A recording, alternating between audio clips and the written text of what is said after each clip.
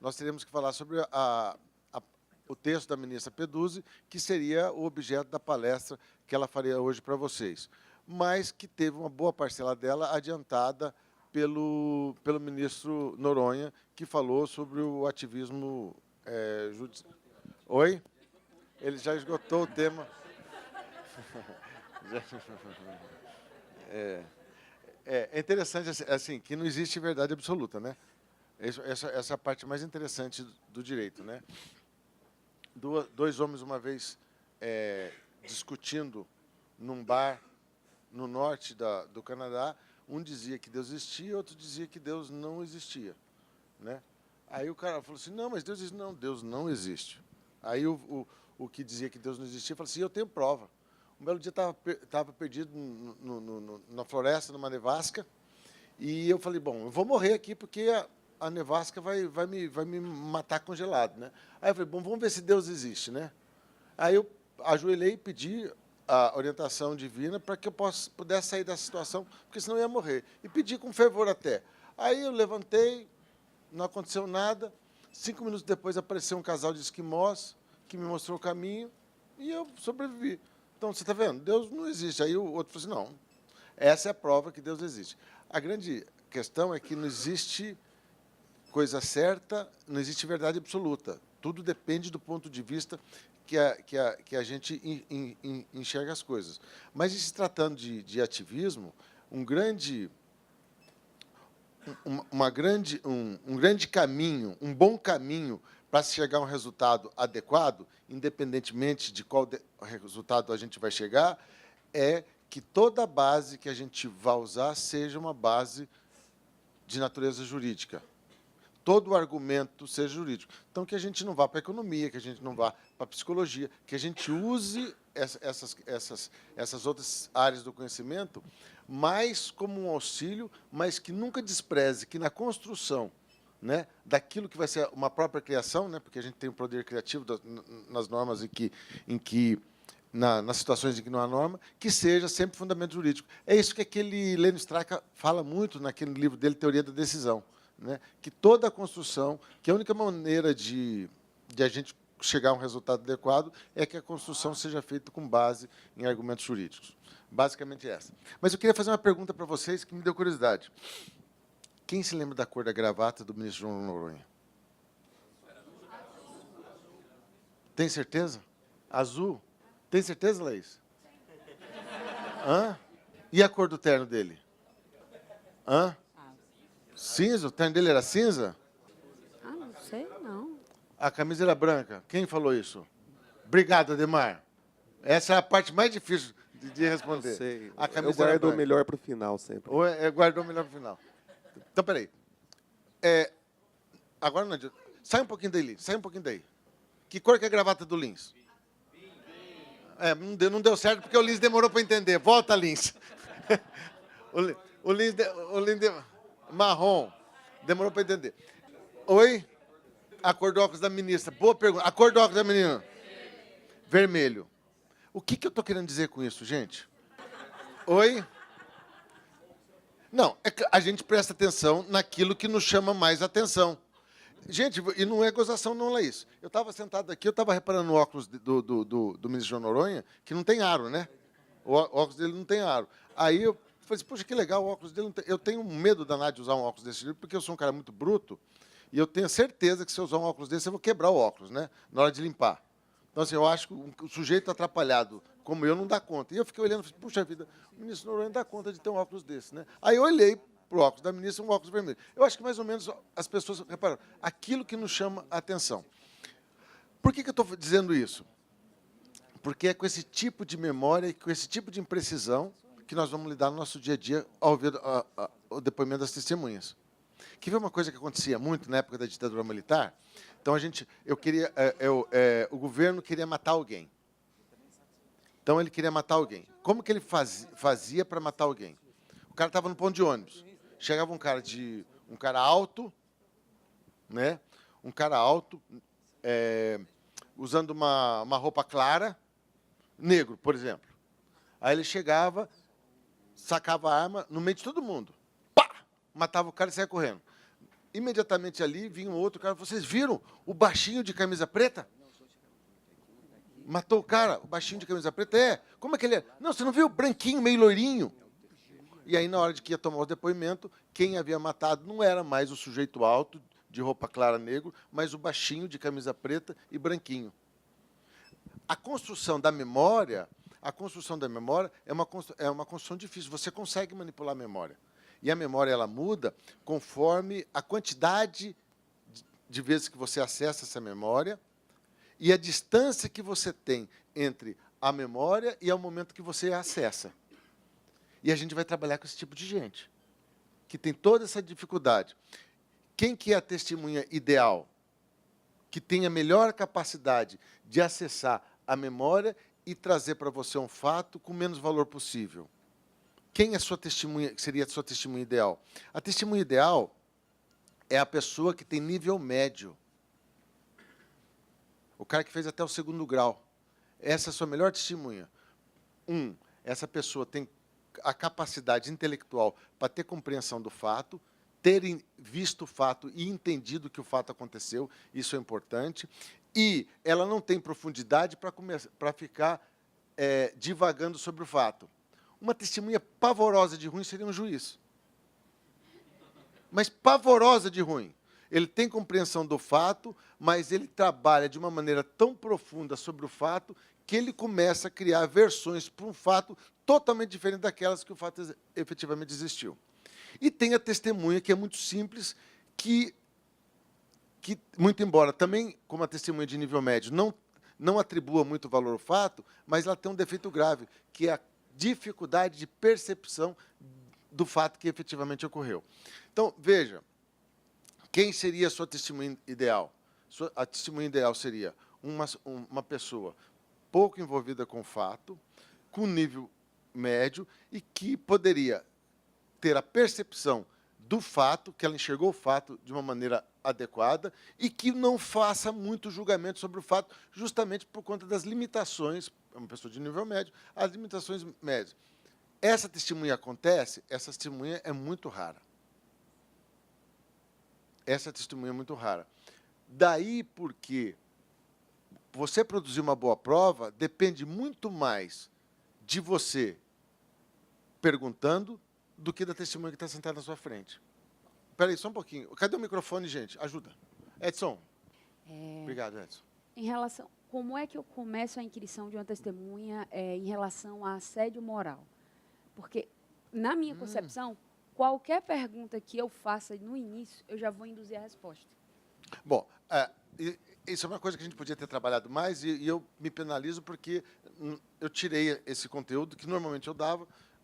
Como que a gente começa? A primeira coisa, gente, para começar um depoimento pessoal, o depoimento pessoal, a testemunha, primeira coisa, quando a testemunha chega, sorri para a testemunha, cumprimenta a testemunha, escreve o nome dela. Se vocês tiverem a mesma dificuldade que eu, porque a minha dificuldade com o nome é uma coisa assim, quase que patológica, doentia, né? Às vezes eu estou olhando para um servidor que está comigo 10 anos e falo assim, meu Deus, como é o nome mesmo? Então, assim, é uma coisa patológica mesmo, né? Teve uma época que eu falei assim, eu vou sofrer de Alzheimer, né? Porque não é possível ter tanta dificuldade. Primeira coisa, chamar pelo nome e conversar com a testemunha antes, no momento da qualificação, está qualificando ali, ó, conversar com a testemunha sobre algum assunto, de modo que você perceba de que maneira a testemunha se comporta falando um tema absolutamente trivial. Então, você olha como é que a gente fala? Postura, a postura da pessoa quando está falando. Quando está falando aquilo que é confortável. Então, você vai ter que fazer um depoimento tentando manter aquela mesma postura na testemunha. Se ela teve uma postura tranquila, mexeu pouco o corpo, significa que, durante o depoimento, ela deve mexer pouco o corpo. Porque é a forma como você vai perguntar, vai impactar nela e ela vai ficar menos ou mais confortável. Se ela ficar confortável de uma vez, é porque ela não está te dando tanta atenção. Se ela ficar tensa, é porque aqui o assunto está incomodando. Como fazer perguntar sobre o assédio sexual? Moral, assédio. De Primeiro, você tenta... Eu faço assim, eu tento traçar um perfil do assediador. Né? Porque todo assim, eu tento não traçar o perfil do assediado para que a gente não caia no clichê da culpabilização da vítima. Né? Mas existe isso também. Né? Existem pessoas que, onde passa, elas são assediadas. A culpa é dela? Não. Ela tem um perfil, né, que acaba funcionando como um gatilho para aquele que tem outro perfil, que é o perfil do assediador. A primeira pergunta que eu faço, como que é a Laís? Né? Você se dava bem com a Laís? Eu estou falando da Laís, eu não estou falando do meu filho Rafael, que foi assediado. Cadê meu filho Rafael? Não estou falando... Como é que era o teu relacionamento com ele? Como é que era a Laís? Você tinha algum problema com a Laís? Você está soltando a testemunha. E o Rafael? Como é que era o relacionamento do Rafael com a Laís? A testemunha já está sendo preparada para ouvir aquilo que você quer perguntar. Às vezes demora mais, às vezes demora um pouquinho mais. Né? Às vezes demora um pouquinho mais. Mas você prepara a testemunha. Né? E você desarma a testemunha. Porque a testemunha que veio preparada, ela veio preparada com um discurso pronto. Quando o juiz vai te perguntar, é assim que funciona, tá? O juiz vai te perguntar isso e você responde isso. O juiz vai te perguntar isso e você responde isso. O juiz vai falar para você que se você mentir, você pode ser preso. Não acredita que é conversa fiada. Não vai acontecer. É assim, o Fragale fez um exercício com uma turma, não sei se foi com a turma de vocês, de mandar todo mundo para assistir às audiências incógnita. Foi, mas não sei se foi exatamente com a turma de vocês. Teve alunos que presenciaram o juiz treinando a testemunha. O advogado treinando a testemunha. Foi com você? Então, assim, eu já vi isso. Eu já vi isso na hora do almoço. O juiz que vai para o interior para fazer uma audiência, vai num restaurante, na mesa ao lado está o advogado com a testemunha, explicando para a testemunha exatamente como ela deve falar para o juiz. E o juiz sou eu. E eu ouvindo aquilo ali, conversando, almoçando e ouvindo. Exatamente. Então, a pessoa... O advogado, quando ele vai preparar, não estou dizendo que isso acontece sempre, que seja regra, mas acontece com uma frequência que é muito maior do que a gente gostaria que acontecesse. Então, ele prepara a testemunha. Se ele prepara a testemunha, você tem como construir o teu pensamento de uma maneira que você quebre o preparo e você chegue onde você quer. Então, é muito interessante você sempre situar a testemunha. Como que era a Laís? A Laís, como que era o seu relacionamento com a Laís? Ele vai ter que falar dele. Quando ele fala dele, ele solta coisas das quais ele não estava preparado para falar. E aí você pergunta, e como que era? E o Rafael com a Laís, eles tinham problemas? Tinham, mas você já viu? Me conta uma situação em que você viu a Laís tendo problemas com... Nunca pergunte, a Laís assediava o Rafael? Nunca pergunte isso. Esse tipo de pergunta a gente não faz jamais. Assediava? Porque, assim, o que você não pode fazer? Perguntas que estabeleçam já uma resposta. A Laís assediava o Rafael? Sim ou não? Então, a resposta, ela é uma resposta estanque e que não te soluciona o seu problema. Espera aí, pode ser que existisse algum problema com a Laís e o Rafael, e que esse problema não se referisse a assédio. Gente, existe uma coisa de antipatia gratuita, não existe?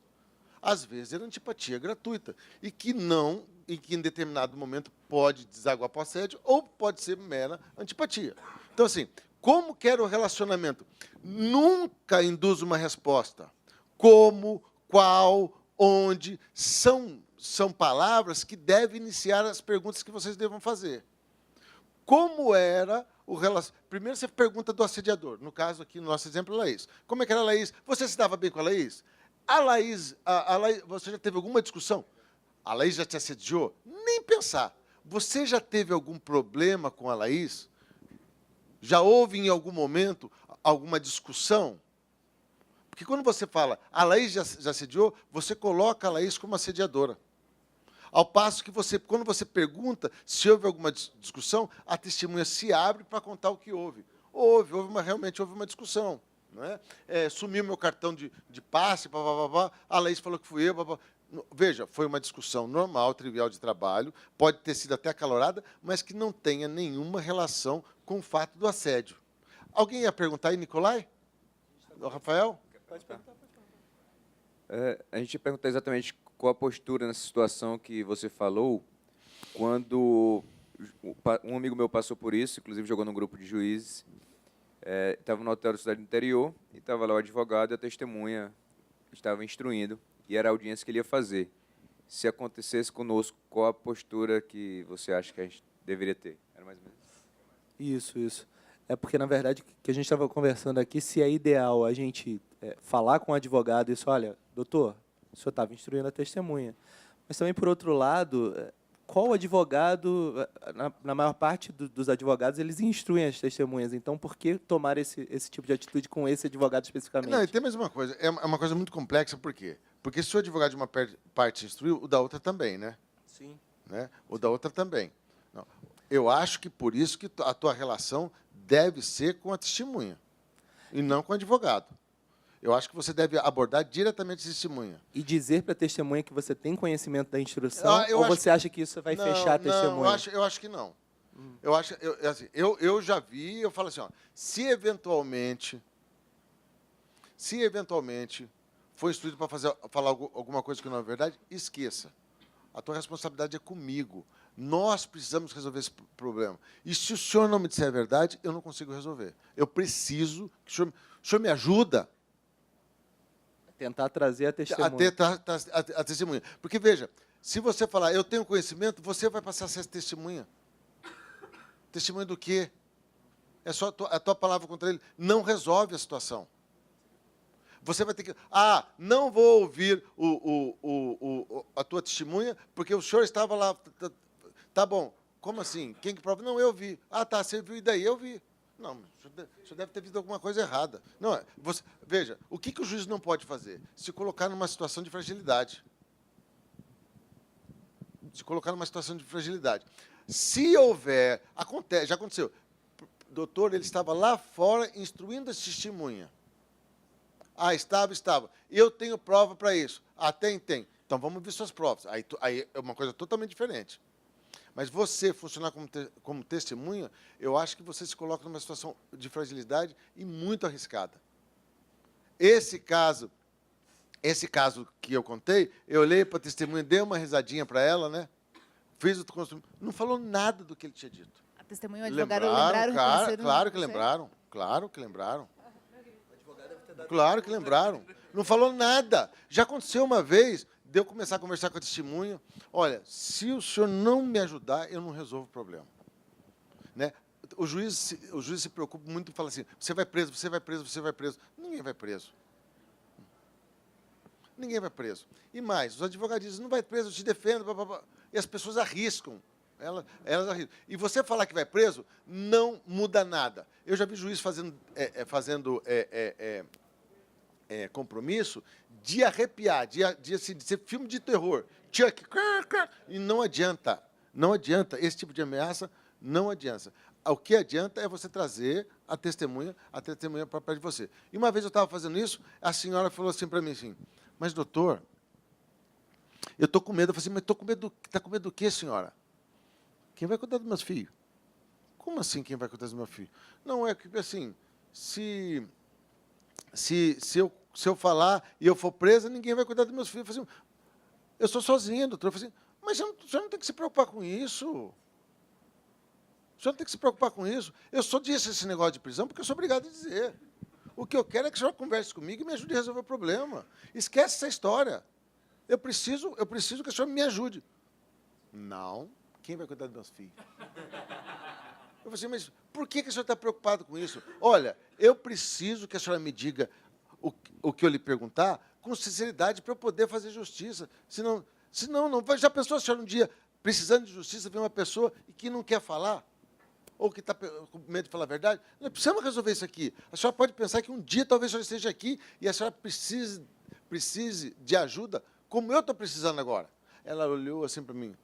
Se eu não falar a verdade, não vou ser presa? Claro que não, ainda vai me ajudar a resolver um problema. Não, vou ficar eternamente grato para a senhora. Ela levantou, olhou para o advogado e falou assim, não vou falar nada do que você me mandou.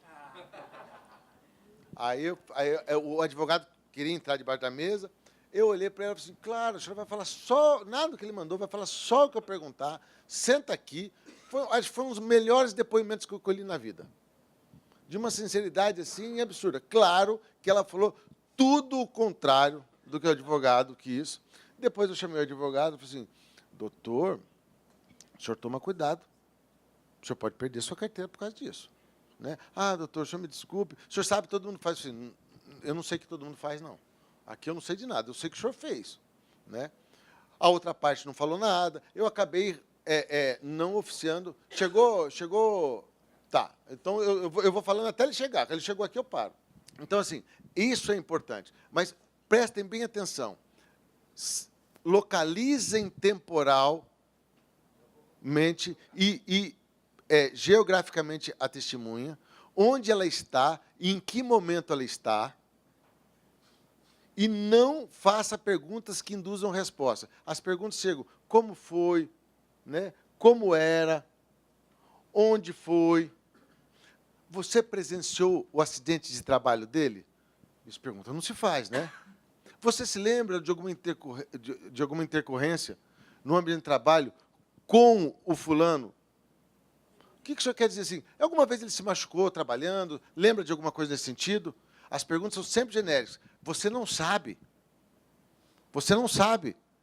Você presenciou o acidente. Aí não, aí é o seguinte, não, teve uma vez, que aconteceu, a corrente caiu no pé dele. Aí sim, aí a pergunta direto. O senhor estava lá e assistiu? A testemunha é que tem que dizer para você o fato que você quer ouvir. Não é você que vai perguntar para a testemunha para ela confirmar um fato que você leu na petição inicial ou na discussão. Está claro isso? Porque, assim, senão vocês estragam o depoimento. Assim, a gente vê as perguntas da Lava Jato e eu nunca vi perguntar tão mal na minha vida, né? Aquela vez o senhor estava lá, ou seja, a partir do pressuposto que estava lá, que conversou, né?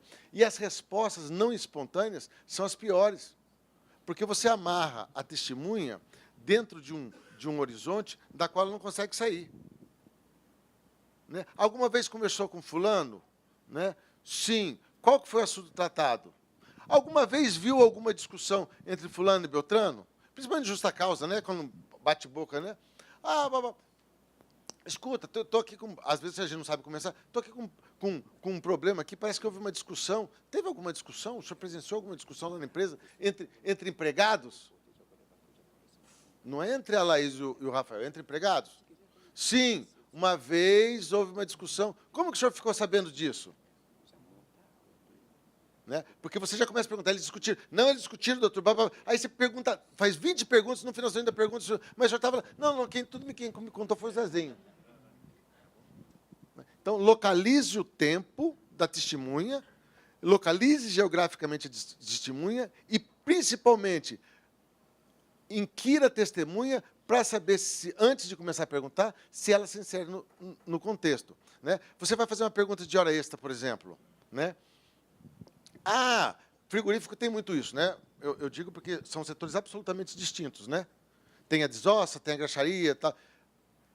Você conhece a fulana? Conheço. Onde ela trabalhava? Né? Primeiro, vamos saber onde é que ela trabalhava. Ela trabalhava no setor de desossa. E a senhora trabalhava em qual setor? Na graxaria. A sua jornada de trabalho, o seu turno, era o mesmo turno dela? Não. Que testemunha? Trabalhava na graxaria, outra na desossa, com tudo diferença. Que testemunha que é essa? Para que ela serve? Você já situou e compreendeu aquilo que a testemunha pode te informar ou não. Vocês fazem isso? Vocês têm feito isso? Funciona, né? Primeira coisa, localizar a testemunha.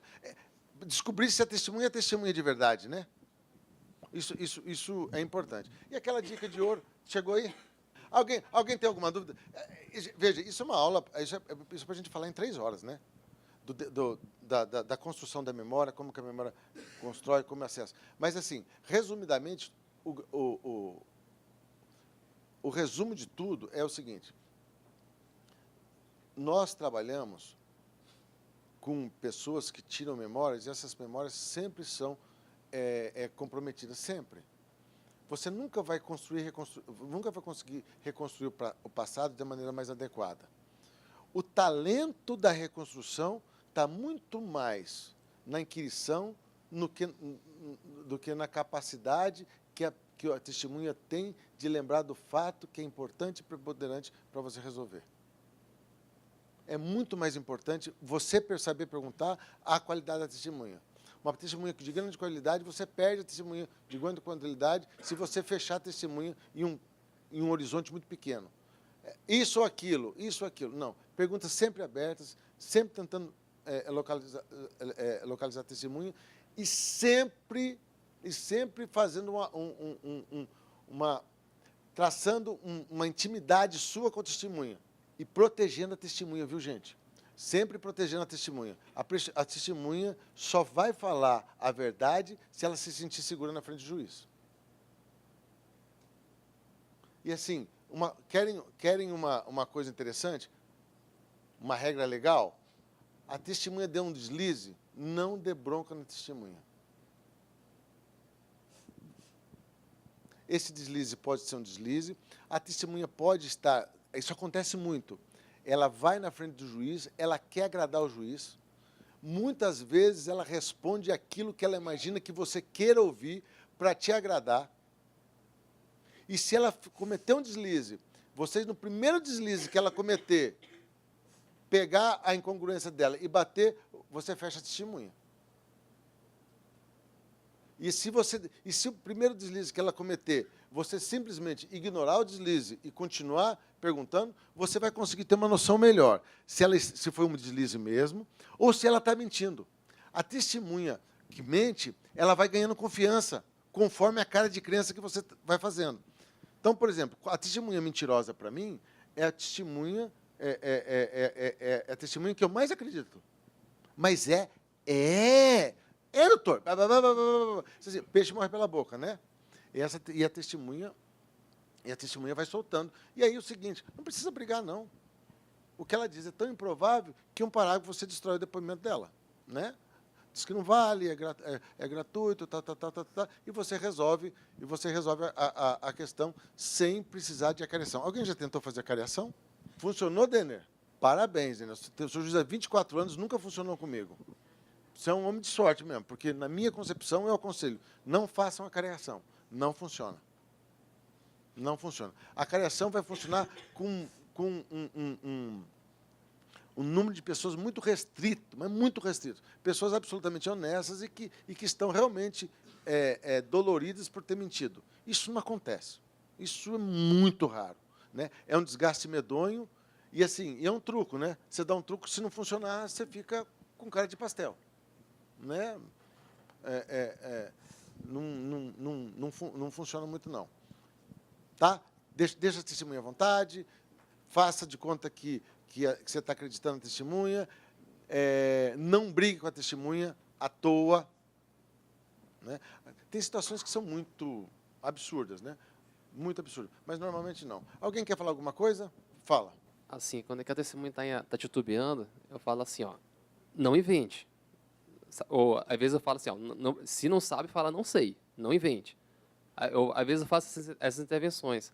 Você acha que essas intervenções prejudicam o depoimento? Prejudica em algumas situações, em outras não. Né? Tudo depende da testemunha. Tem testemunha que começa a viajar demais. Né? Aí eu faço algumas intervenções. Olha, mas eu sempre faço intervenções da maneira mais educada possível. O senhor, por favor, o senhor não imagina como é que a minha cabeça está hoje. E eu tenho uma dificuldade danada para lembrar as coisas. Responda só o que eu perguntar, porque se o senhor ficar falando muita coisa, eu me perco e não consigo digitar aqui. Então, tente responder só o que eu estou lhe perguntando, e quando eu fizer um aceno, o senhor para, que é para me dar tempo de pensar e fazer. Porque o cara começa. Você faz uma pergunta para ele, ele começa, ele já começa a responder tudo. Né? Ele atrapalha. Agora, essa mesma intervenção, se você achar que é pertinente, assim, o senhor está com dificuldade para se lembrar? Converse com ele. Você está com dificuldade para se lembrar? Veja, eu prefiro que, se o senhor não se lembrar, diga que não sabe. O único problema de dizer isso é que você incentiva ele a dizer que não sabe. Ele já está numa situação absolutamente desconfortável. Ele não está onde ele quer. ele não quer estar ali. Se você dá o sinal verde para ele falar que não sabe, é não sei, não sei, não sei, não sei. Uma vez eu fui ouvir uma testemunha, eu não vou me esquecer dessa testemunha nunca. Eu errei muito feio na hora do compromisso. Né?